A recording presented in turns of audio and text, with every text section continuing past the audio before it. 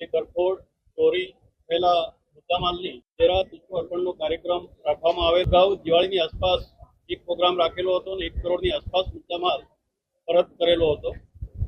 આજે લગભગ 1,14,32,000ની આસપાસનો મુદ્દામાલ પરત કર્યો છે. એમાં ખાસ કરીને 18 ફોર વ્હીલર વાહનો છે, એમાં એક મોટી કાર છે, બાકી બીજા ફોર વ્હીલર છે અને 306 મોબાઈલ છે. એક ગરફોડ ચોરી થયેલી એના લગભગ 23 લાખની ઉપર સમથિંગ ઘરેણા પરત કરવામાં આવે છે.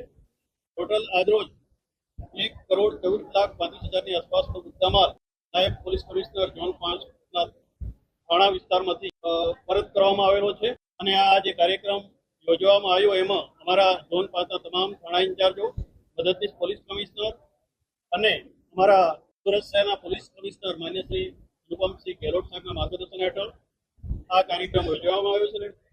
સમયસર જે લોકોના ચોરી કે ગરફોડ થયેલી એ મુદ્દામાલ આજરોજ પરત કરવામાં આવેલો છે. એમાં સતત અમારા પોલીસ કમિશનર અનુપમ ગેહલોત સાહેબનું માર્ગદર્શન